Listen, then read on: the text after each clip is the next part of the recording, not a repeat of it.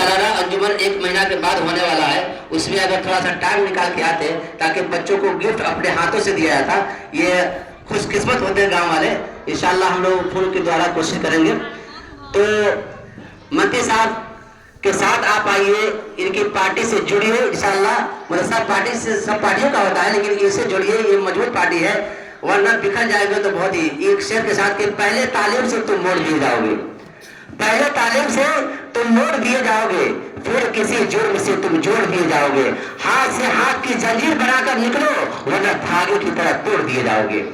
بہرحال میں منتری صاحب کو اس شعر کے ساتھ آپ سکھن دوں گا کہ وطن کی سرزمین کو امن کا درپن بنانا ہے، وطن کی سرزمین کو امن کا درپن بنانا ہے. جو شاخیں نیم کی ہے اب انہیں جنگل بنانا ہے.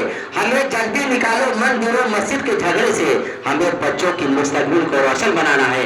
مائک پہ آ رہے ہیں مانوی جنوت پارٹی کے راشٹریہ اپادھیکش پور کھانے پانی منتری جناب عبدل خان صاحب.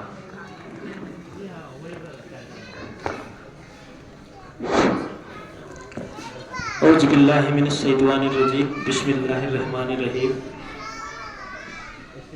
اس مدرسہ میں موجود ہوئے تمام علماء اکرام اور اس ادارہ کے ہمارے تمام بزرگ، میرے بھائی صاحب اور یہاں پہ بیٹھے چھوٹی ننھی بچیاں سب، میری بہنیں سب اور پیارے پیارے بچے، آپ سبھی کو سب سے پہلے میں سلام پیش کرنا چاہتا ہوں. السلام علیکم رحمۃ اللہ وبرکاتہ. وعلیکم السلام.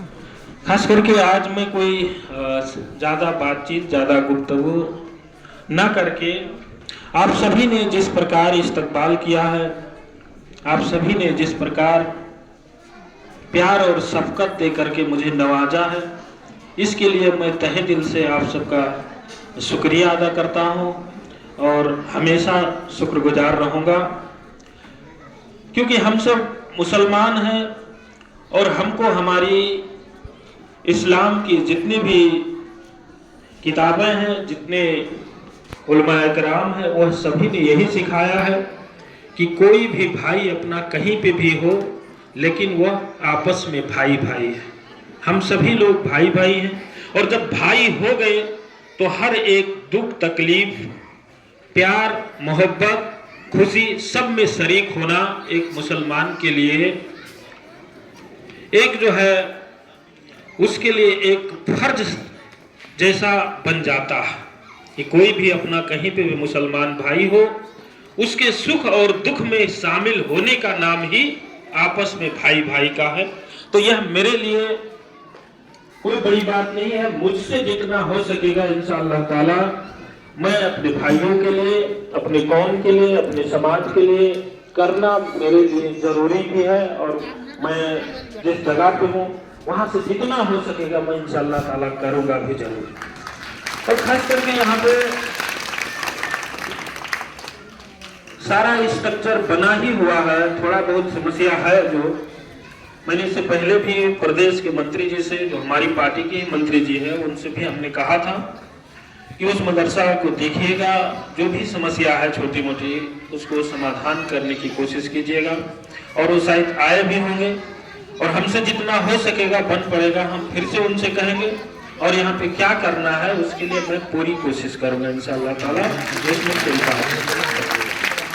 دوسری بات کیا ہے کہ دیکھیے ہم سب صبح سے شام تک جتنے بھی ہمارے کام سب ہوتے ہیں اس کو ہم سب پرائیورٹی میں رکھتے ہیں کہ پہلے ہم صبح اٹھیں گے تو کیا کریں گے، 8 بجے کیا کریں گے، 10 بجے کیا کریں گے، 12 بجے کیا کریں گے، ظہر کے بعد کیا کریں گے، عصر کے بعد کیا کریں گے.